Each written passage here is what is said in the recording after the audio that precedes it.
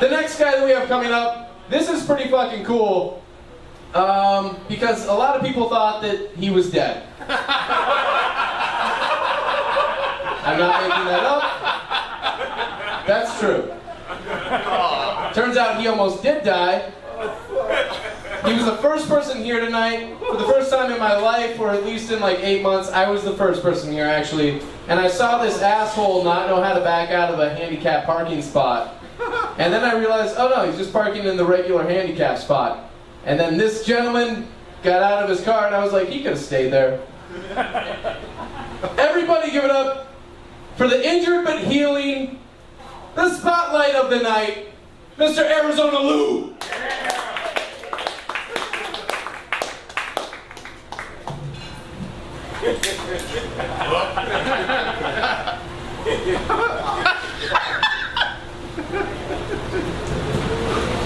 You gotta get them in the right hole, you know.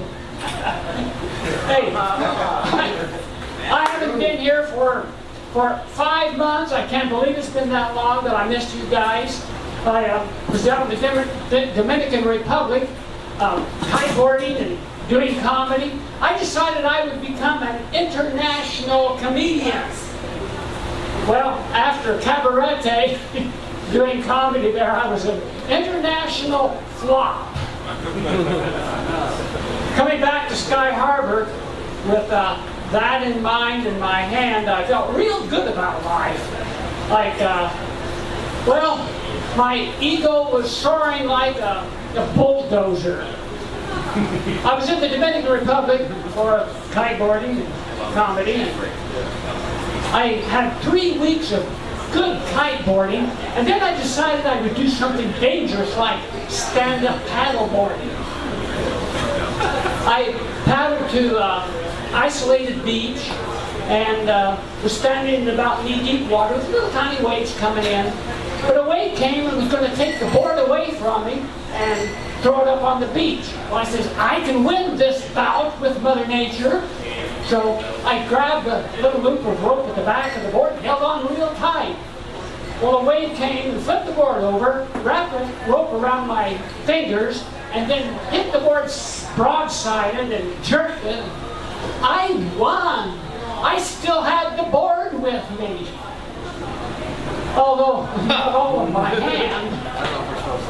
I knew I was in trouble when I looked down at my index finger, and it was cut off just below the fingernail and dangling by some skin. So I grabbed the board in my good hand, went across the narrow beach, across a little narrow road. Emergency! Emergency! Emergency!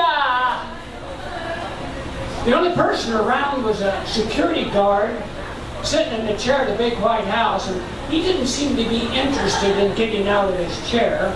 I put my finger back onto the stump, figured blood circulation would be good for it.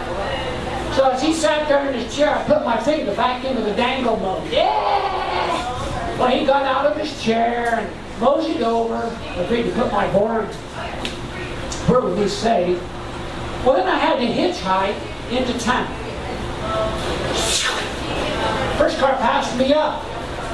Can you blame them? Would you pick up an old ugly guy with a wet black hat, wet silver sunglasses, red blood, and little wet black Speedos? But the next car did stop John Paul. And he knew exactly where I needed to go and how to get there. So I returned the favor by not bleeding all over his SUV as I got in. Actually, I was surprised. Blood never reached down as far as my elbow. Well, I really didn't picture going to the emergency room in my state of abbreviated attire. And since my hotel was on the way, we stopped by the hotel. I picked up a few things. I grabbed my cell phone, my passport, a handy t-shirt nearby. It was kind of grubby. My mother wouldn't have been proud. And cargo shorts. It was kind of embarrassing asking, having John Paul button me up and zip me up.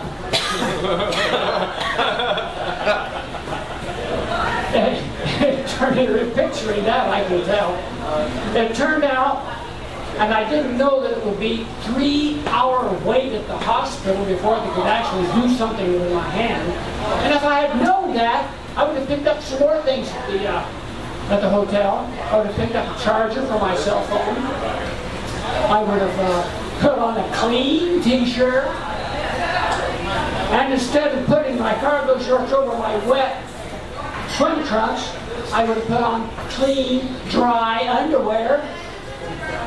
Except that would have been even a little more embarrassing with John Paul to get everything tucked in just right. That's my story, and I'm sticking to it. This hand is good for a few things. I can do the surfer sign, well, sort of lame. I can use it for a hat rack. I can change TV channels.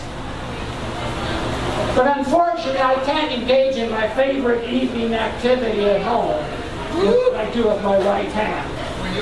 Oh, come on, some of you, you're off with, you're disgusting. I like to get on the internet and use my right hand to take notes. I'm sure guys, you're there. Get on the internet, I'm there as well. Nice.